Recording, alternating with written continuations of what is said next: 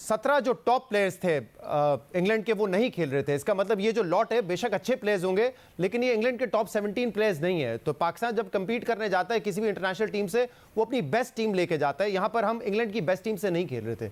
दूसरा, जिस विजन की आपने बात की, इंग्लैंड मैंने खुद फॉलो किया है कि कुक को हटाया, 2015 में वर्ल्ड कप में मॉर्गन को कैप्टन बनाया, उसके बाद एक बड़ा एग्रेसिव स्टाइल से उन्होंने क्रिकेट खेला। लेकिन जिस विजन की आप बात कर रहे हैं, मुझे लगता है आप कह रहे हैं कि पाकिस्तान में वो विजन नहीं है, क्योंकि 2006 से लेकर 2021 तक वकार यूनुस 2 मरतबा हेड कोच बन चुके हैं, 3 मरतबा बॉलिंग कोच बन चुके हैं। जब वही चेहरे होंगे तो विजन कैसे तब्दील होगा? जब पिछले 8-10 साल से हम ये बात कर रहे हैं कि पाकिस्तान व्हाइट बॉल क्रिकेट में 200-250 वाली टीम है और वो टीम नहीं बन पा रही जो मुसलसल 300 से ज्यादा स्कोर करेगी। इसका मतलब वो विजन पिछले 8-10 साल में हम इंप्लीमेंट नहीं कर सके हैं। अच्छा देखिए, मैं जो आपको कह रहा हूँ कि अभी जो नेशनल फ्रेमवर्क बना, जो एम्बिशंस तय किए गए और जिस तरह एक फिलॉसफी लेके आए कि भाई हमने इसको कैसे आगे लेके चलना है नेशनल फ्रेमवर्क में, वो जो सारी चीज़ें वो अभी तकरीबन ये जैसे ही पेंडेमिक शुरू हुआ उससे पहले ये सारी चीज़ों को कंपाइल किया गया, बनाया गया कि भाई हम इस तरह इस डायरेक्शन में जाएंगे। ठीक है, आप जा रहे हैं फिर पीछे, और पीछे की बातों को मैं दोहराना नहीं चाहूंगा, बट ये अभी इसको तकरीबन 8-9 महीने हुए और आप देखें ये सिचुएशन क्या चल रही थी। अच्छा, मैं ये नहीं कि आप ये जितने भी हमारे एक्सपर्ट एक्स क्रिकेटर जिस तरह की वो बात कर रहे हैं, ठीक है, हर किसी को दुख होता है, मगर मैं ये चाहता हूँ कि ये जब बात करें तो साथ में सोल्यूशंस भी दिया करें। सोल्यूशंस नहीं देते, सिर्फ वो बात करके उस बात को खत्म कर देते हैं। सोल्यूशन साथ में दें। आप मुझे ये बताएं, अभी आपने सिलेक्शन की बात की, आप मुझे ये बताएं, अब आप बाहर से देखने वाला और अंदर से देखने वाला जमीन आसमान का फर्क होता है। जब आप अंदर जाके पूरे सिस्टम के अंदर खिलाड़ियों की छानबीन कर रहे होते हैं, देख रहे होते हैं, तो फिर आपका देखना कुछ और होता है। जब आप कोच होते हैं तो फिर आपका देखना कुछ और हो जाता है। शायद ये टॉपिक कहीं और से कहीं निकल जाएगा, मैं ये कह रहा हूँ कि ये B grade third class team नहीं थी। ये 3.5-4 साल से वो लूप ऑफ प्लेयर जो थे ना उसके अंदर थे। ये मैं जरा, अगर आप मुझे मौका दें, मैं आकिब जावेद साहब को भी जरा इसमें शामिल करूंगा। इनके अंदर वो सारा पोटेंशियल था कि उस लेवल पे जाके ये परफॉर्मेंस दे सकें जी, ये उस पूल के अंदर। ठीक है, आकिब साहब आप क्या समझते हैं, जिम्मेदार कौन है इस शिकस्त का? और जैसे कि सकलैन साहब कह रहे हैं कि प्लेयर्स अच्छे थे, उनको मौका नहीं मिल रहा था, लेकिन फैक्ट तो ये है कि ये इंग्लैंड के टॉप 15-17 प्लेयर्स नहीं थे और एक मेकशिफ्ट टीम उन्होंने बनाई थी।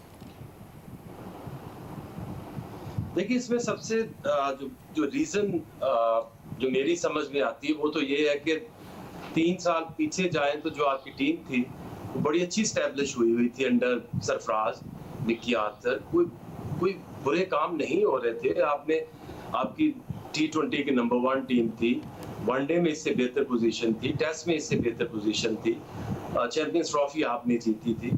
तो ये जब भी ये खत्म होती है एक गवर्नमेंट और दूसरी गवर्नमेंट आके जब ये सारा सिस्टम लपेट देते हैं, तो उससे होता क्या है कि जो प्लेयर, जो भी सकलैन कह रहा था कि जो आपके बैकअप्स होते हैं, जो 40-50 लोग होते हैं, वो सारे के सारे चेंज हो जाते हैं। और फिर जब आपने एक एक्सपीरियंस ट्रेंड कोच था, निकी आर्थर इतने सालों से कोचिंग वो कर रहा है, उसकी जगह आपने जो रिप्लेस किया है, उसने पहले दिन जब कोचिंग की है तो नेशनल साइड के एज हेड कोच की है।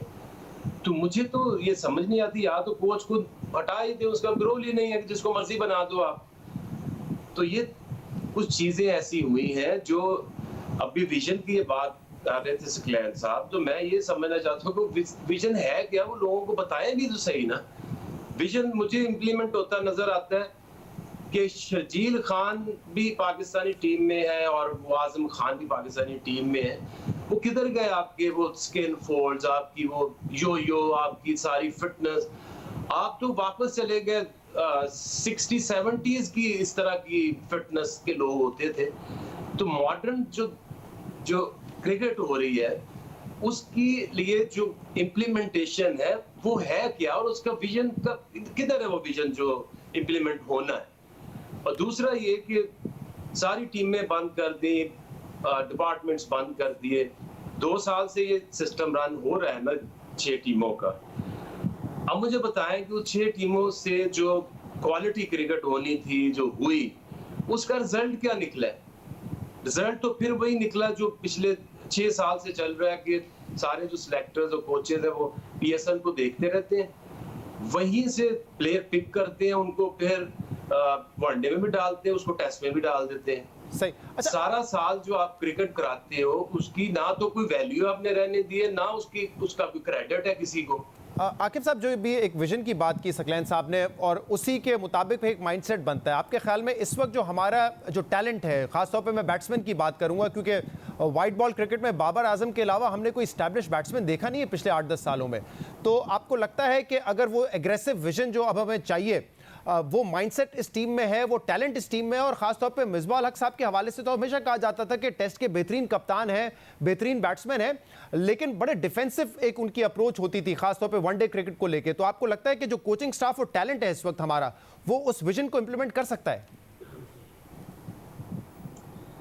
देखिए, एक तो सबसे बड़ी बात यह है कि जो एक्सपीरियंस है किसी भी काम का होना बहुत जरूरी है, और दूसरी जो सबसे एक मैं समझता हूं कि जिसकी कमी आ गई है, वो इंग्लैंड में आपकी टीम हमेशा अच्छा खेलती थी और आपके 6-7 लोग जो थे वो काउंटी क्रिकेट खेलते थे, वहां पे वो सारा सीजन खेलते थे और वहां की पिचेस के यूज टू थे। अब इनको करना क्या चाहिए, अगर इन्होंने कुछ ठीक करना है तो अभी हटाए ना, फिर अगर बनाया है ना, गलत बनाया था तो फिर अब हटाए मत, तो उनको दें टाइम दें और उनको एक काम जो आप करने दें कि अगर आपके जितने ए टीम है, यंगस्टर्स हैं, they should play county cricket, second 11 cricket. Aqib साहब, पोटेंशियल और टैलेंट है तो जी बिल्कुल है, क्योंकि पाकिस्तान में ये कैसे हो सकता है कि एक ही गेम है और उसका टैलेंट खत्म हो जाए।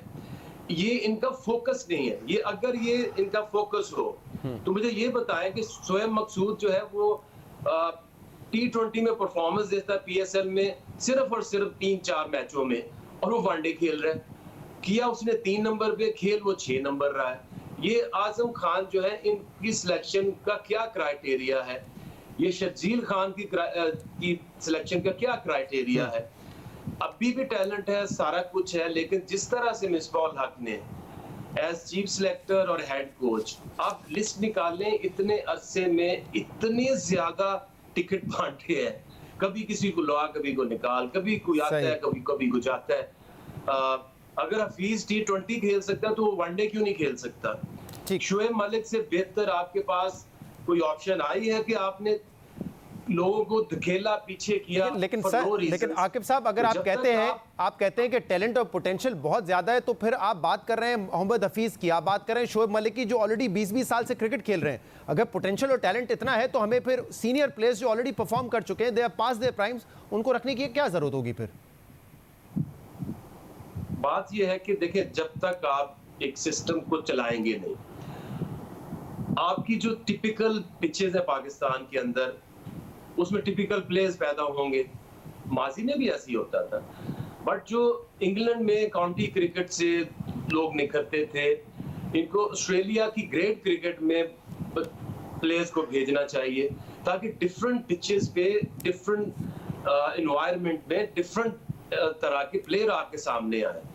एक तो टूवर्ड्स इनके टीम्स के नहीं है। जब तक आप इन्वेस्ट नहीं करोगे एट द राइट डायरेक्शन, तब तक कैसे बेहतरी आ सकती है? मुझे जरा सकलैन साहब 2 बातों का प्लीज जवाब दीजिएगा। एक तो ये आकिब साहब कह रहे हैं कि इस अब विजन क्या है, जरा आप भी बता दीजिएगा कि विजन क्या है। और दूसरा, ये जो हमारे पास बैट्समैन हम देख रहे हैं कि इतने अरसे से डेवलप नहीं हो रहे, वनडे क्रिकेट, T20 क्रिकेट में वो एग्रेसिव बैट्समैन नहीं आ रहे जो इंडिया के पास हैं, जो ऑस्ट्रेलिया के पास हैं, जो इंग्लैंड के पास हैं।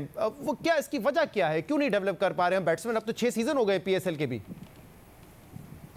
अच्छा, ये देखें, ये पिछले जब से ये नई रजीम आई है और जो विजन लेके आई है और नेशनल फ्रेमवर्क बनाया है, जो मैं अभी बात कर रहा था, तो क्योंकि टाइम मैं समझता हूँ कि आपके पास इतना इनफ नहीं है। जी आकिब भाई ने भी बात करनी है, मैंने भी बात करनी है, आपने सारी चीज़ों को सम अप करना है टाइम के अंदर। It's a huge subject to understand and to describe. अच्छा, दूसरा ये है कि 1-1.25 साल से आप देख लें कि पूरी दुनिया में क्या सिचुएशन चल रही है, पेंडेमिक की वजह से क्या सिचुएशन चल रही है, और आइसोलेशन में जाना और आपको ट्रू एनवायरनमेंट ना मिलना, आप उस तरह अपना लुक आफ्टर ना कर पाएँ किसी भी चीज़ को, चाहे वो स्किल्स हैं, चाहे वो लाइफ है, एक जो है वो डिस्ट्रैक्शन है, एक अफरा तफरी का एक आलम है, इन सारी चीज़ों को भी हमें कंसिडर करना पड़ता है। अभी ये जो मैं जैसे फिर नेशनल फ्रेमवर्क की बात करूंगा कि ये जो जिस तरह विजन बना के हम लोग जाने की कोशिश कर रहे हैं, सारे पीसीबी और ये सारी चीज़ें जो चल रही हैं, अभी इसको 1 साल हुआ है और हम खुद ही, ये आकिब भाई ने कुछ पॉइंट्स बड़े अच्छे दिए हैं, बातें वो सारी लॉजिकल कर रहे हैं, टूर्स होने चाहिए, बाहर जाना चाहिए, ये सारी चीज़ें, बट सिचुएशन इस वक्त ऐसी नहीं है कि वो उस तरह किया जाए। और जब हालात ठीक होंगे, आप कोई भी विजन, कोई भी अगर आप जर्नी तय करते हैं, डिसाइड करते हैं, लेकिन मुझे बताइएगा सकलैन साहब, लोग थोड़ा सा कंफ्यूज ही होंगे कि आप कह रहे हैं कि 1 साल से वो नया विजन है, लेकिन वो गेम में नजर नहीं आ रहा ना। जैसे इंग्लैंड की बड़ी जबरदस्त आपने मिसाल दी, वर्ल्ड कप के फौरन बाद ही एक अप्रोच नजर आई थी कि हम 40 ओवर में आउट हो जाएंगे लेकिन 300 करके आउट होंगे। हमें कोई तब्दीली नहीं नजर आ रही अप्रोच में, जिस विजन की आप बात कर रहे हैं, जो इंप्लीमेंट करने की कोशिश होगी। देखें प्यारे भाई, जब आप इंग्लैंड में जाते हैं ना, तो आपको क्लेमेटाइज होने के लिए टाइम लगता है। हम भी जब बाहर जाते थे तो पहले जाके हमें बड़ी मुश्किलात होती थी, चाहे वो स्पिनर्स हैं या फास्ट बॉलर्स हैं या बैटर्स हैं, मुश्किलात होती हैं। अब क्योंकि पेंडेमिक है, आप अभी जो हमारा अभी कैंप लगा हुआ है, अभी कैंप जैसे खत्म होना है, ईद की छुट्टी आनी, उसके बाद फिर इन्होंने आइसोलेशन में चले जाना है। वो जो काम किया हुआ है, इट्स लाइक ये ना, if you want to go 2 step forward, आपको फिर 2 स्टेप बैक आना पड़ता है। सकलैन साहब, ये हर टीम के लिए इस वक्त यही लॉज और यही एसओपीज है ना। न्यूजीलैंड अभी गई इंग्लैंड में, इंग्लैंड को भी हराया, वर्ल्ड टेस्ट चैंपियनशिप भी जीती, सब टीम्स के साथ बराबर ही है ना। नहीं, मैं इसमें आपकी जो बात है उसको उसमें वजन है, बट आप देखें कि ये हमारे यहाँ वो सिस्टम, जैसे आप, मैं गुजारिश कर रहा हूँ कि हम उधर जाके क्लेमेटाइज होना, वो सारी चीजें करना, पेंडेमिक की वजह से सिचुएशन। बहुत शुक्रिया सकलैन मुश्ताक साहब और आकिब जावेद साहब हमारे साथ मौजूद थे, अपनी राय दे रहे थे कि इस वक्त प्रॉब्लम क्या है टीम के साथ। एडवाइस भी दी आकिब जावेद साहब ने और वजूहात भी बताई सकलैन मुश्ताक साहब ने।